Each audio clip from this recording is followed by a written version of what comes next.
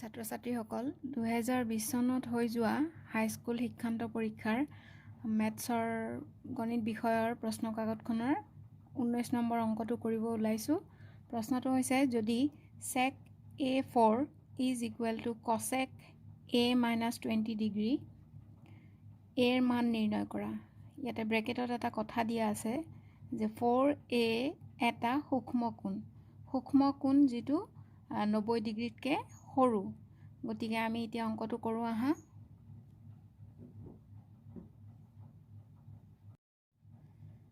আমাক দিয়া আছিল sec 4a is equal to cosec a minus 20 degree. এতিয়া sec 4a সলনি আমি লিখিব পাৰোঁ cosec 90 ডিগ্ৰী minus 4a। এইটো এটা সূত্ৰ আছিলে যে sec a is equal to cosec 90 degree minus a। আৰু ঠিক তেনেকৈ sin a যদি থাকিলেহেঁতেন তেতিয়া আমি লিখিব পাৰিলোহেঁতেন cos 90 ডিগ্ৰী minus a। এনেকুৱা সূত্ৰ কেইবাটাও আছে, তোমালোকে চাই ল'বা। সেই সূত্ৰমতে আমি sec 4a সলনি লিখিলোঁ cosec 90 ডিগ্ৰী minus 4a। আৰু ইফালে cosec a minus 20 ডিগ্ৰী আছে, এইটো লিখিলোঁ। এতিয়া দুয়োফালে আমি দেখিছোঁ cosec আছে, গতিকে দুয়োটা cosec উঠি যায়। ইয়াত থাকিব 90 ডিগ্ৰী minus 4a সমান চিন, আৰু ইয়াত থাকিব a minus 20 ডিগ্ৰী।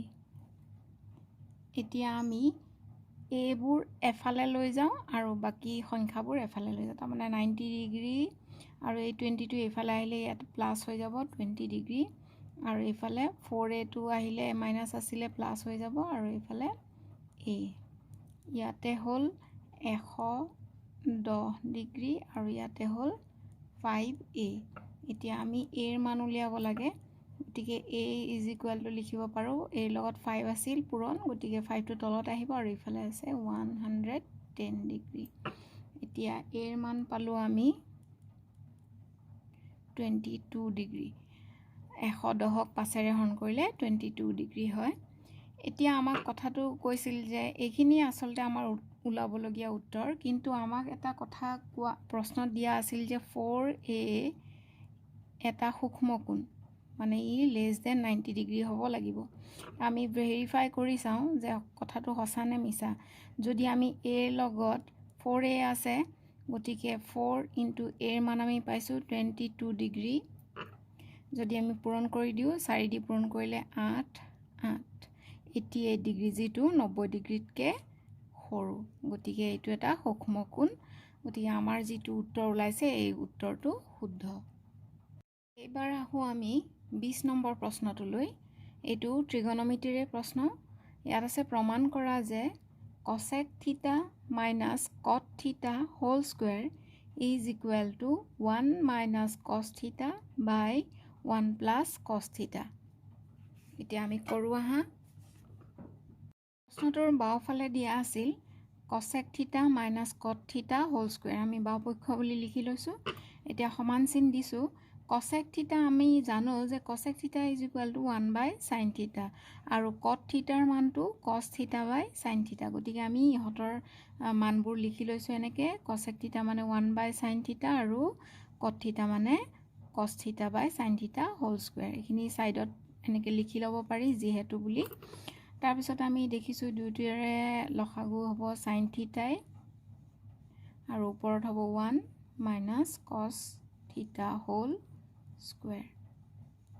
এতিয়া যদি আমি স্কুৱেৰটো এনেকৈ ভগাই দিওঁ, মানে ভাগকৈ লিখোঁ, 1 মাইনাছ cos থিটা হোল স্কুৱেৰ হ'ব, আৰু চাইনৰ হোল থাকিলে sin স্কুৱেৰ থিটা হ'ব। এইটো আমাৰ ওপৰত যেনেকৈ আছে সেনেকৈ ৰাখিম, 1 মাইনাছ cos থিটাকেই ৰাখিম, আৰু তলত যিটো আছে sin স্কুৱেৰ থিটা, আমি এটা সূত্ৰ জানিছিলোঁ যে sin স্কুৱেৰ থিটা প্লাছ cos স্কুৱেৰ থিটা ইজ ইকুৱেল টু 1। সেই তাৰ পৰা আমি ইয়াত sin স্কুৱেৰৰ মান উলিয়াম। তাৰমানে sin স্কুৱেৰ থিটাটো যদি ইয়াতে ৰাখোঁ তেতিয়া আমাৰ কি হ'ব, 1টো বাওঁফালে সোঁফালে আছে 1টো থাকিব সমান চিনৰ সোঁফালে। cos স্কুৱেৰ থিটাটো প্লাছ আছিল বাওঁফালে, সোঁফালে আহিলে মাইনাছ cos স্কুৱেৰ থিটা। তাৰ মানে আমি লিখিব পাৰোঁ sin স্কুৱেৰ থিটাৰ সলনি 1 মাইনাছ cos স্কুৱেৰ থিটা। গতিকে ইয়াত আমি লিখি দিম 1 মাইনাছ কছ স্কুৱেৰ থিটা। তাৰপিছত 1 মাইনাছ কছ থিটা ওপৰত থাকিবই। এইটো 1 মাইনাছ কছ স্কুৱেৰ থিটাটোক আমি এইটোক যদি এ স্কুৱেৰ মাইনাছ এইটো বি স্কুৱেৰ হয়, তেতিয়া আমাৰ সূত্ৰ আছিল এ স্কুৱেৰ মাইনাছ বি স্কুৱেৰ মানে কি আছিলে A plus B into a minus B. গতিকে আমি এই সূত্ৰমতে ইয়াক যদি লিখোঁ তেতিয়া 1 মাইনাছ কছ থিটাৰ সলনি আমি লিখিব পাৰিম 1 প্লাছ কছ থিটা ইনটু 1 মাইনাছ কছ থিটা। এতিয়া আমি দেখিছোঁ ওপৰত 1 মাইনাছ কছ থিটা হোল স্কুৱেৰ দুটা আছে আৰু ইয়াত তলত এটা আছে। গতিকে এইটো আৰু ইয়াৰ স্কুৱেৰটো আমি কাটি দিলে ওপৰত থাকিব 1 মাইনাছ কছ থিটা আৰু তলত থাকিব অকল 1 প্লাছ কছ থিটা। এইটোৱে আছিল আমাৰ সোঁপক্ষটো, যিটো আমাক প্ৰমাণ কৰিব দিছিল। ইয়াত আমি সোঁপক্ষ বুলি লিখি দিব পাৰোঁ। প্ৰমাণিত হ'ল।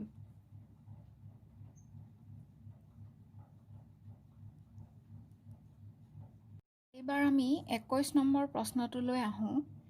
ইয়াত সম্ভাৱিতাৰ প্ৰশ্ন দিয়া আছে, ইংলিছত প্ৰবেবিলিটি কোৱা হয়।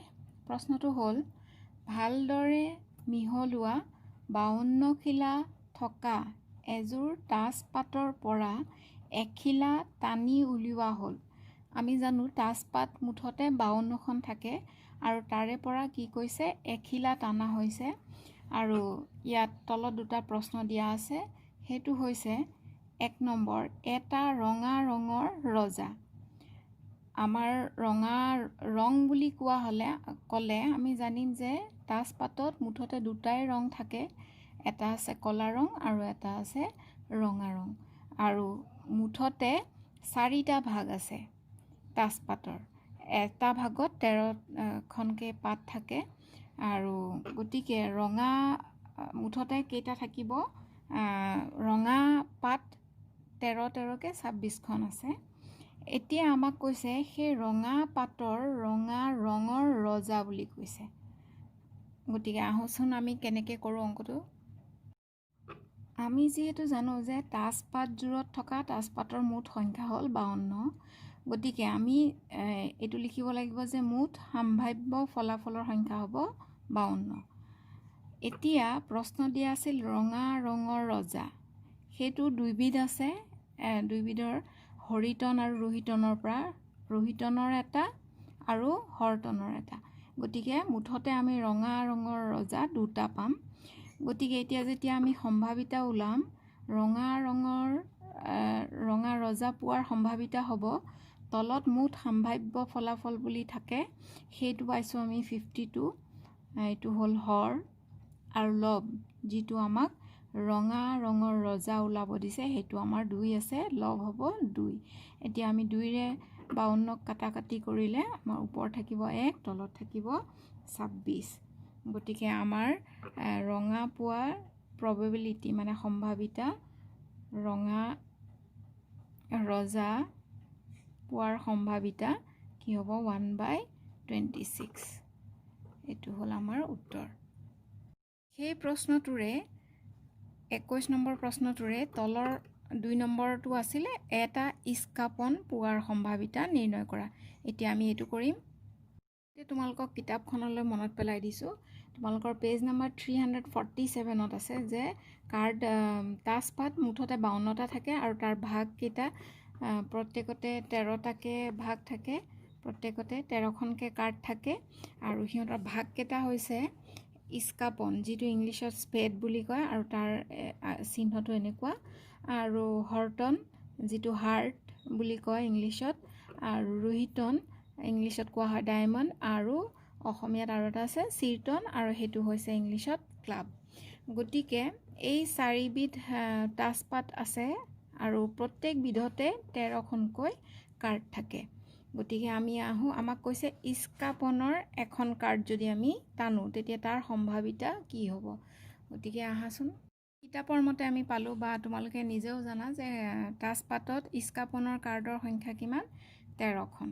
এতিয়া ইস্কাপন কাৰ্ডৰ মানে কাৰ্ড পোৱাৰ সম্ভাৱিতা হ'ব তলত সদায় মুঠ সম্ভাৱ্য ফলাফল থাকে সেইটো হৈছে 52খনেই আছিলে কাৰ্ড গতিকে 52টো তলত হ'ব আৰু লব হ'ব ওপৰত হ'ব কি ইস্কাপন কাৰ্ডৰ সংখ্যা সেইটো হৈছে 13 এতিয়া আমি 13 দি যদি 52ক কাটাকটি কৰোঁ ইয়াত 1 হ'ব ইয়াতে 4 হ'ব গতিকে ইস্কাপন পোৱাৰ সম্ভাৱিতা ইস্কাপন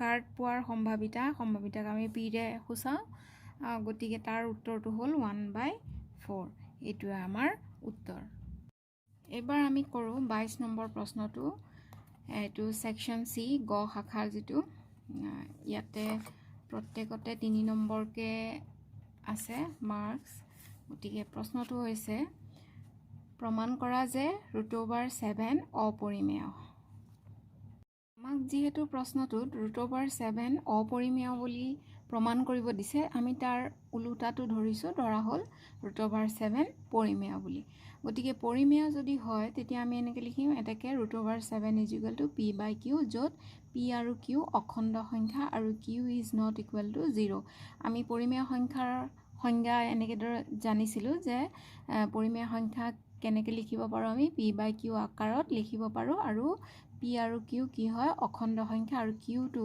ইয়াত যিটো হৰ আছে সি কেতিয়াও শূন্য হ'ব নোৱাৰে আৰু এটা কথা যে p আৰু q পৰস্পৰ কি হয় মৌলিক সংখ্যা মানে সকলোৱে জানে যে তাৰ মৌলিক সংখ্যাৰ উৎপাদক মাত্ৰ দুটা থাকে এটা হ'ব 1 আনটো সংখ্যাটো নিজে তাৰ মানে p যদি মৌলিক সংখ্যা হয় তাৰ উৎপাদক হ'ব p আৰু আনটো হ'ব 1 ঠিক তেনেকৈ q যদি মৌলিক সংখ্যা হয় তেতিয়া তাৰ উৎপাদক হ'ব q আৰু 1 গতিকে ইহঁত দুটা কি বুলি কোৱা হৈছে মৌলিক সংখ্যা বুলি কোৱা হৈছে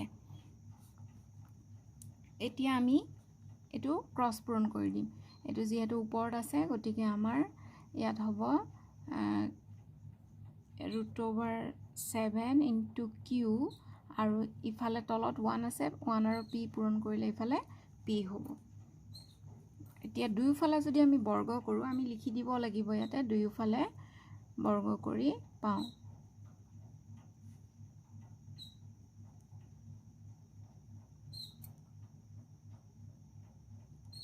তেতিয়া আমাৰ কি হ'ব ইফালে হোল স্কয়াৰ গোটেইটো হোল স্কয়াৰ কৰি দিলে কি হৈ যাব কৰিয়ে দিও বাৰু এনেকৈ কৰি হোল স্কয়াৰ কৰিলো ইফালে pu স্কয়াৰ হৈ গ'ল তেতিয়া এই বৰ্গমূল চিনটো উঠি যাব হোল স্কয়াৰৰ লগত তাৰ মানে অকল 7 হ'ব আৰু q আছিলে অকলে q স্কয়াৰ হ'ব আৰু ইফালে p স্কয়াৰ আছে এতিয়া তাৰ মানে আমাৰ টো q স্কয়াৰৰ লগত 7 হৈ আছে তাৰ মানে এই p স্কয়াৰটো কি হ'ব 7 এৰে হৰণ যায় যেহেতু সমান চিন আছে মাজত গতিকে এই 7ক তাৰ মানে p স্কয়াৰেৰে বিভাজ্য হৰণ যায় তাৰ মানে গতিকে আমি লিখিছো 7ক p স্কয়াৰেৰে বিভাজ্য গতিকে 7ক যদি p স্কয়াৰেৰে বিভাজ্য হয় তেতিয়া হলে 7ক p ৰেও বিভাজ্য হ'ব গতিকে আমি লিখি লৈছো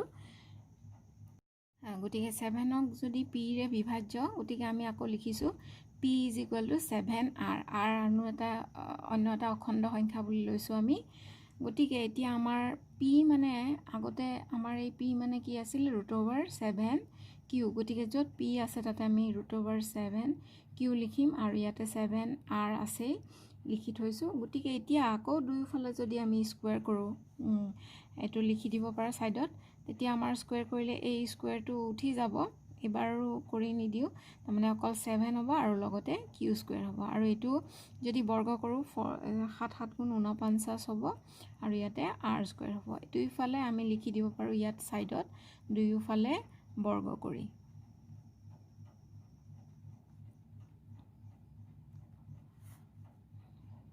এটো আমি √7 ৰ হলনি 7 পালো আৰু এটো q স্কয়াৰ আৰু ইফালে 49 এতিয়া আমাৰ হ'ব এই 7 এৰে ইয়াক হৰণ কৰিম তেতিয়া ইয়াত q স্কয়াৰ থাকিব আৰু এই 7 এৰে ইয়াক হৰণ কৰিলে 7 r স্কয়াৰ হ'ল তাৰ মানে ইয়াৰ পৰা আমি কি পালো এই 7ক আকৌ q স্কয়াৰেৰেও 7ক q স্কয়াৰেৰে বিভাজ্য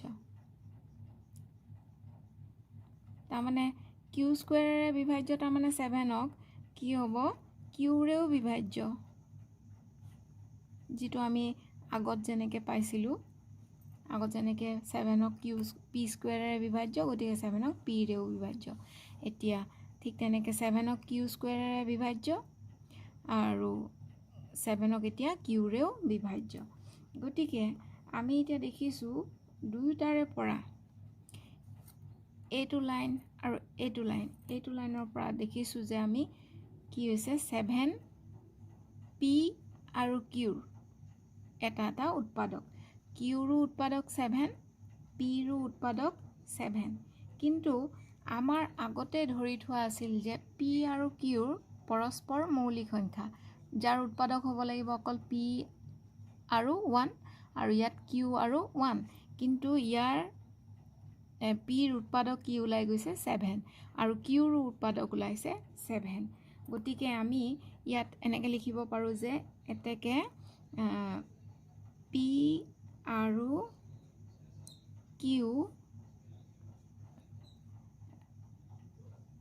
কিউৰ 7 উমৈহতীয়া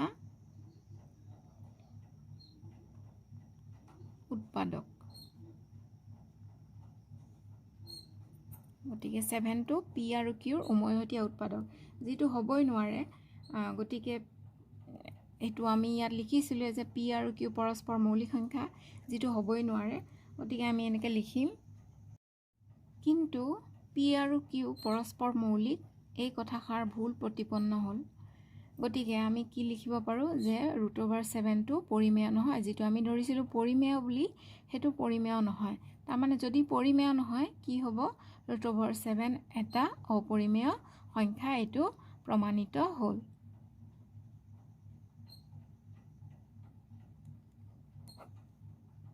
আমি 23 নম্বৰ প্ৰশ্নটো কৰোঁ। ইয়াত প্ৰশ্নটো আছে বহুপদৰ বিভাজন ফলন বিধিটো উল্লেখ কৰা। গতিকে প্ৰথমে আমি কলন বিধিটো, ফলন বুলি লিখা আছে, কলন বিধিটো আমি লিখিম। সেইটো আমাৰ কিতাপতে সুন্দৰকৈ দিয়া আছে। পেজ নাম্বাৰ, তোমালোকৰ কিতাপৰ পেজ নাম্বাৰ 61 পেজত আছে। এইখিনিতে কলা কলা ডাঙৰ আখৰেৰে লিখা আছে। তোমালোকক মই কৈ গৈ আছোঁ, তোমালোকে লিখি ল'ব পাৰা, নাইবা তোমালোকৰ কিতাপৰ এইখিনি কিতাপৰ পৰা চাইও লিখিব পাৰা। পেজ নাম্বাৰ 61ত কলন বিধিটো হৈছে যদি px আৰু gx দুটা বহুপদ যাতে gx is not equal to 0, তেন্তে আমি বহুপদ qx আৰু rx উলিয়াব পাৰোঁ যাতে px is equal to gx into qx plus rx, য'ত rx is equal to 0 বা rxৰ মাত্ৰা gxতকৈ সৰু। এই ফলনটোক বহুপদৰ ক্ষেত্ৰত বিভাজন কলন বিধি বোলা হয়। এইটো বিভাজন কলন বিধি বুলি কোৱা হয় এইখিনিক। এইটো আমি আগৰ পৰাই পাইছোঁ। এইটো তোমালোকে মনত পৰিছে, এনেকৈ পাইছিলোঁ যে ভাজ্য ইজ ইকুৱেল টু ভাজক পূৰণ ভাগফল যোগ ভাগশেষ। এই rxটো হ'ল ভাগশেষ, এইটো হ'ল ভাগফল, এইটো হ'ল ভাজক আৰু এইটো হ'ল ভাজ্য। গতিকে তাক আমি এনেকৈ লিখিব পাৰোঁ। এইটোক আমাৰ বিভাজন কলন বিধি বুলি কোৱা হয়। গতিকে এইটো তোমালোকে লিখিবা। ইয়াৰ পিছত আমি পিছৰ অংশটো কৰোঁ। পিছৰ অংশটো আছে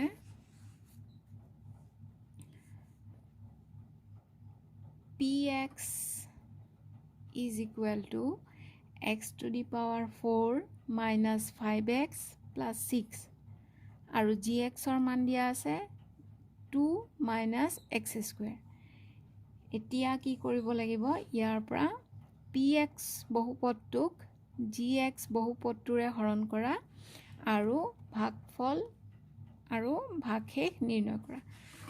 এই pxৰ যিটো মান আছে তাক আমি gxৰ মানেৰে হৰণ কৰিব লাগিব।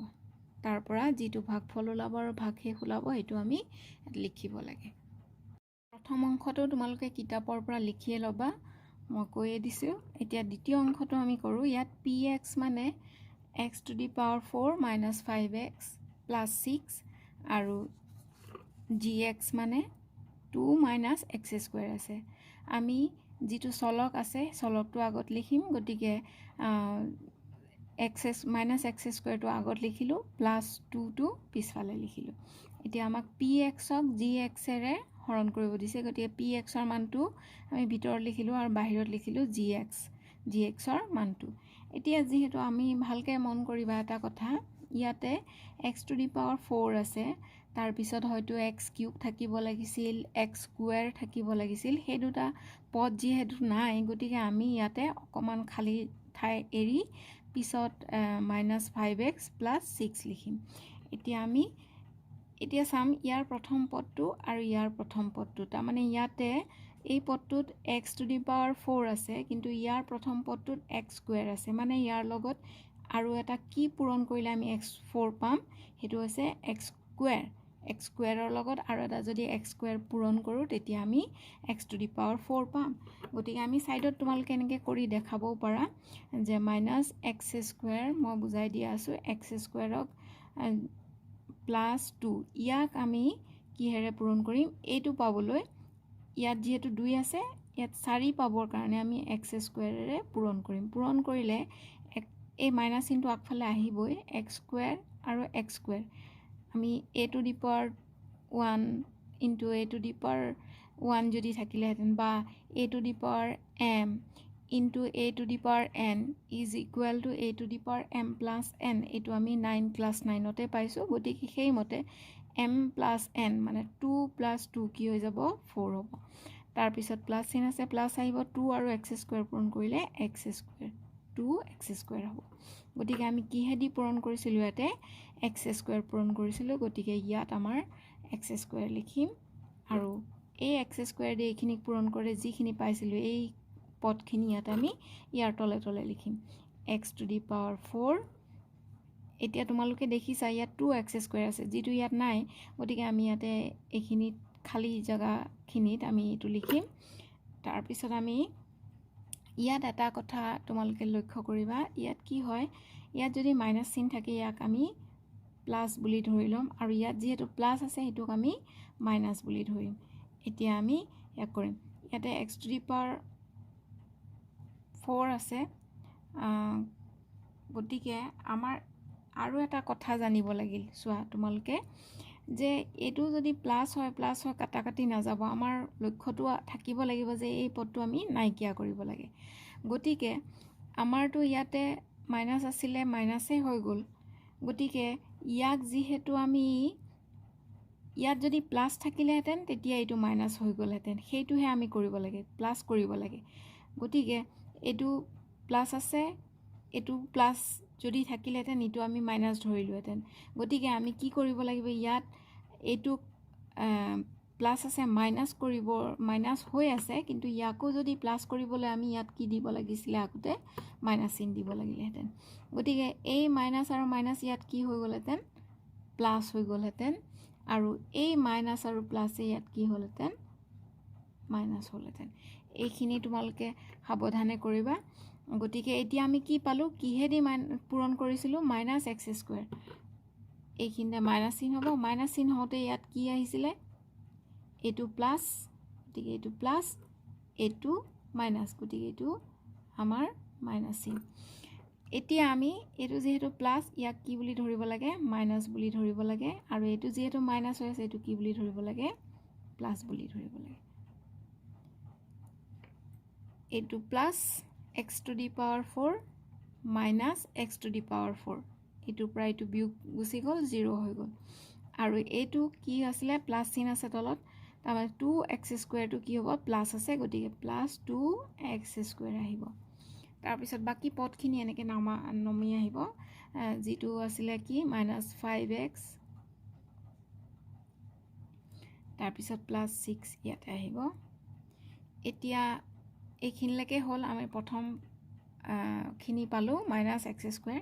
এতিয়া আমাৰ এই লাইনটোত ইয়াত প্ৰথম পদটো আছে 2 এক্স স্কুৱেৰ, ইয়াত আছে এক্স স্কুৱেৰ মিলি আছে, কিন্তু ইয়াত 2x² আছে গতিকে এই পদটো আমি চাব লাগে ইয়াৰ লগত কি পূৰণ কৰিলে আমি 2x² পাম প্ৰথম পদটো মাইনাছ আছে গতিকে ইয়াক প্লাছ বনাবলৈ কি কৰিব লাগিব ইয়াতে আমি মাইনাছ চিহ্নেৰে পূৰণ কৰিব লাগিব তাৰমানে x² আছে ইয়াতে x² আছে ইয়াক যদি 2 ৰে পূৰণ কৰো তেতিয়া 2x² পাই যাম গতিকে 2 পূৰণ কৰিম কাৰ লগত এই গোটেই পদটোৰ লগত -x² + 2 আৰু x² 2x² হৈ যাব কিন্তু ইয়াত যেহেতু প্লাস আছে গতিকে আমি ইয়াক প্লাস বনাব লাগিব যদি ইয়াত আমি প্লাস চিন দিও তেতিয়া প্লাসে মাইনাসে আগফালে মাইনাস হে আহিব গতিকে আমি ইয়াতো আগত মাইনাস চিন দিম এতিয়া মাইনাস চিন যদি দিও তেতিয়া কি হ'ব মাইনাসে মাইনাসে প্লাস হৈ যাব 2 আৰু x² পূৰণ কৰিলে 2x²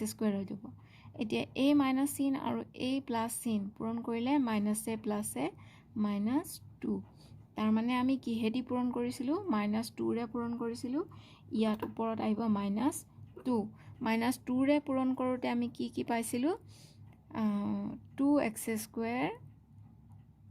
-2 এই -2 আমি ইয়াত লিখিব নোৱাৰো যেহেতু ইয়াতে x আছে গতিকে আমি এইখিনতে 6 ৰ তলে তলে ইয়াত লিখিম এতিয়া আকৌ হে একে কথা ইয়াত প্লাস আছে ইয়াক কি বুলি ধৰিম মাইনাস বুলি ধৰিম আৰু ইয়াত মাইনাস আছে ইয়াক কি বুলি ধৰিম প্লাস বুলি ধৰিম এতিয়া আমাৰ কি হ'ব 2x² ৰ পৰা 2x² বিয়োগ হৈ যাব নাইকিয়া হৈ যাব তাৰ পিছত এই -5x টো যেনেকে আছে তেনেকে তলত নামি আহিব এতিয়া 6 আছে প্লাস আকৌ 2 ইয়াত কি আছে প্লাস মানে 6 আৰু 2 প্লাস কৰিলে কিমান হ'ব সৰি এইখিনতে আকৌ ভুল হৈছে তোমালকে চোৱা ভালকে 2 * 2 কিমান হ'ব লাগিছিল 4 এতে 4 আহিব তে কিমান হ'ল 6 + 4 কিমান হ'ব 10 তোমালকে ভালকে বুজি পাইছা এইখিনতে আকৌ এবাৰ তোমালকক মই কৈ আছো তোমালকে চাই যোৱা কি আছিল আমাৰ -x² + 2 ৰে আমি 4x⁴ - 5x + 6 ক হৰণ কৰিব লাগে গতিকে প্ৰথম পদটো আমি ইয়াত চাব লাগে x⁴ ইয়াৰ প্ৰথম পদটো x² আছে ইয়াত প্লাস আছে কিন্তু ইয়াতে মাইনাস আছে গতিকে ইয়াত x² আছে ইয়াত x⁴ আছে x⁴ বনাবলৈ ইয়াক আমি x² ৰে পূৰণ কৰিছো আৰু এইটো প্লাস আছে যেহেতু তাক প্লাস বনাবলৈ -x² ৰে পূৰণ কৰোতে মাইনাসে মাইনাসে প্লাস x⁴ হৈছে মাইনাসে প্লাসে -2x² হৈছে ইয়াত আমি বহাইছো প্লাস আছিলে মাইনাস হৈছে মাইনাস আছিলে প্লাস হৈছে এটো আৰু এটো কাটি গল 2x² টো প্লাস আছিল তললৈ নামি আহিল -5x তললৈ নামি আহিল +6 টো তললৈ নামি আহিল এইবাৰ প্ৰথম পদটো 2x² আছিল গতিকে 2x² বনাবৰ কাৰণে ইয়াত x² আছে যেহেতু আমি একো x² মানে x একো কৰিব নালাগে x² আছে গতিকে ইয়াৰ লগত আমি যদি 2 পূৰণ কৰো গতিকে তেতিয়া আমি 2x² পাম গতিকে আমি এই পদটোৰ এইখিনি লগত আমি কি পূৰণ কৰিছো 2 পূৰণ কৰিছো কিন্তু ইয়াত প্লাস চিন আছে ইয়াক যদি আমি মাইনাস চিন দি দিও মাইনাসে মাইনাসে প্লাস হৈ যাব 2x² মাইনাসে প্লাসে মাইনাস 2 * 2 4 হল গতিকে এইখিনি আমি 2x² -4 বহালো ইয়াতে প্লাস আছিল এটো মাইনাস হৈ গল মাইনাস আছিল প্লাস হৈ গল এইটোৰ পৰা এইটো বিয়োগ কৰিলে 0 হল -5x তলত নামিল আৰু 6 + 4 হল 10 এতিয়া আমাৰ এইটো হল ভাগফল গতিকে আমি ভাগফল পালো -x² - 2 ওপৰত থকাখিনি আমি লিখিলো ভাগফল আৰু ভাগশেষ যেটো বাকি থাকি যায় সেইখিনি ভাগশেষ হেতু হৈছে -5x + 10 এইদৰে আমি অঙ্কটো কৰিলো